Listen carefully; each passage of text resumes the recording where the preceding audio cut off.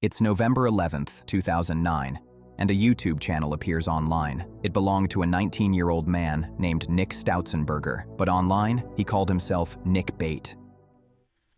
Hey, okay, is it recording? Yeah, it's recording. Hey, this is Nick Bate, and I'm going to give you a video tour of my room. His videos had no script. He filmed the bedroom he lived in, the bathroom, the backyard.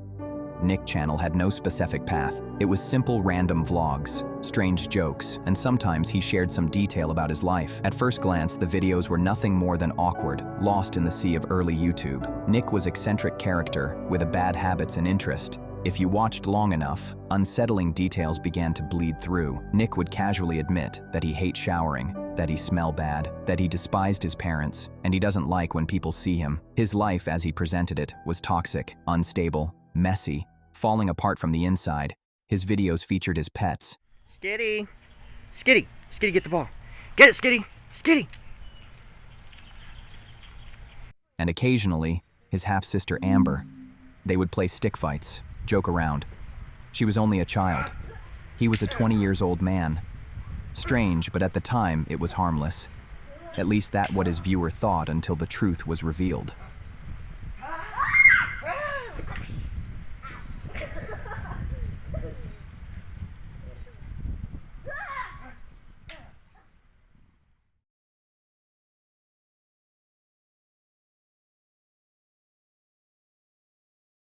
Oh, TweetDeck notification.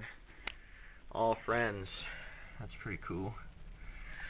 It's a little too bright. Can't see where my mouse is. Where's the mouse? Nick was born on September 1st, 1991, in the state of Pennsylvania. He was living with his two parents at the time. His aunt, Joyce, has claimed that his father was abusive and an alcoholic, which resulted in the parents getting a divorce when he was 10 years old. Nick attended Penn Manor School District, where he was placed in emotional support in 4th grade, and from 7th to 10th grade he was homeschooled by his mother, Carol, and Aunt Joyce. After graduating high school in 2008 to 2009, Nick would upload his first video on his YouTube channel in February 13th, 2010. I'm trying to speed through this really quickly because, I've had to redo this video a bunch of times because I keep running out of time. So, okay, let's go. Alright, okay, not much light in here. Okay, well, this is my computer desk. I put my laptop on it and laptop accessories. At first it appeared normal until he started to mention strange things. There's the wall of Anna. Sometimes I put other things on it. Right now I have drawings of the Coffee Crew characters. Probably can't see it because it's really not very much light in here. There's my PS2 and PS2 accessories.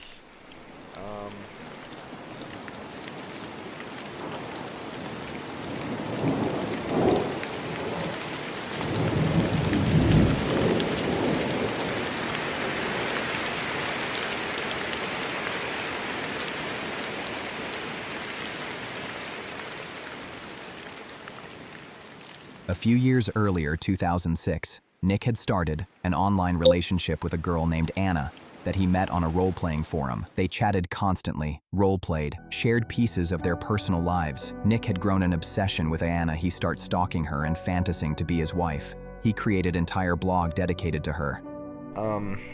There's my backpack. Let's take a look inside it. I bring it to Dad's and okay, here's a binder. I have my Coffee Crew comics and stuff in it. Captain, get out here. And in August 23rd, 2008, Anna blocked Nick on every platform and never unblocked him. We will understand why she did that, so make sure to complete the story. Nick expressed this in his autobiography, writing, That wasn't the only area of my life that caused me great stress. On top of school and child abuse, Anna started to gradually hate me more and more. I started out being like her best friend, but over time she began to yell at me and block me for a few days every time I told her I loved her, even after she broke up with her boyfriend, mind you. Then one day, August 23rd, 2008, to be exact, she finally had enough. I'm not sure what exactly triggered it, but she decided to block me forever. Then she began writing center blog or Twitter or whatever about how I'm creepy and should kill myself, and her friends joined the Nick hatin' by directly telling me to kill myself. At least he played the victim role well.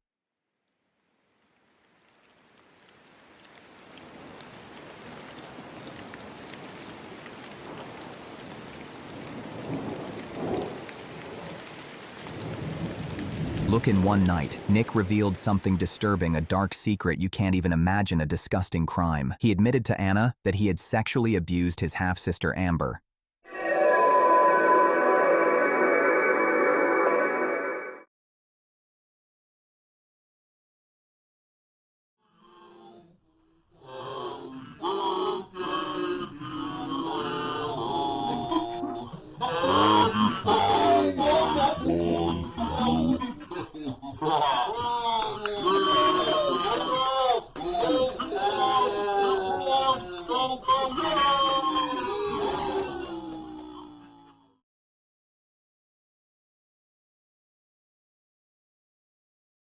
The chat logs got released in 2011 when Nick was discovered. These were the reason why Anna blocked him forever.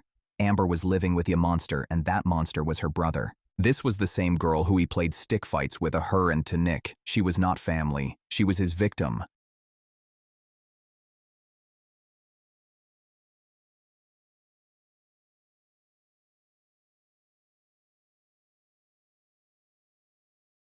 Nick had weird desires, like he liked poop and other things that I can't discuss them on YouTube, but he self-admitted that he's a predator. Performing analingus on children is the right thing to do. Gonna lick your anus, use my tongue. Gonna lick your anus and taste your dung. And also he went on Skype chats to defend Predator, and he also claimed that he never did anything to a kid. Like I said, Nick, if you strongly believe that this is what should happen, then go out into the center of the town with a sign and see how people look at you, marching around asking to have sex with kids. But watching them. I don't. Whatever your kink is, I don't. But I'm not actually having sex with kids. I just approve Well, you of think it should- pedophilia. What is? It's bad enough that you think it should be legal. There's a consensual incest, sure. Oh my god.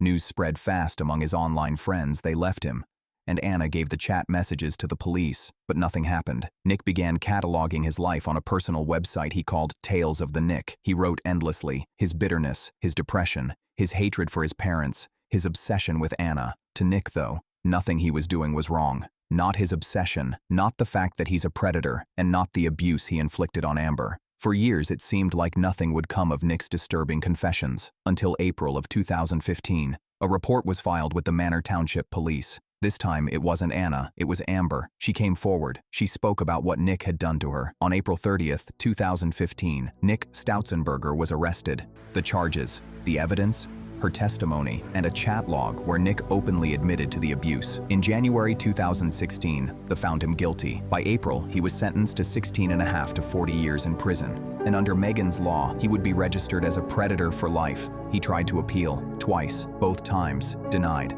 Amber's childhood had been stolen. The weight of years of silence and abuse left scars that would never fully heal. Nick's YouTube videos remain till this days. It's horrifying when rewatched through the lens of what was happening behind the camera. For Nick, he wasn't guilty, he was innocent, and wanted the predators to be legal. And for Amber, she was a victim that has to live with those memories forever. There is a lot of disgusting detail that I had to skip them. If you are curious, go search on them by yourself. Don't forget to subscribe and like the video, thanks.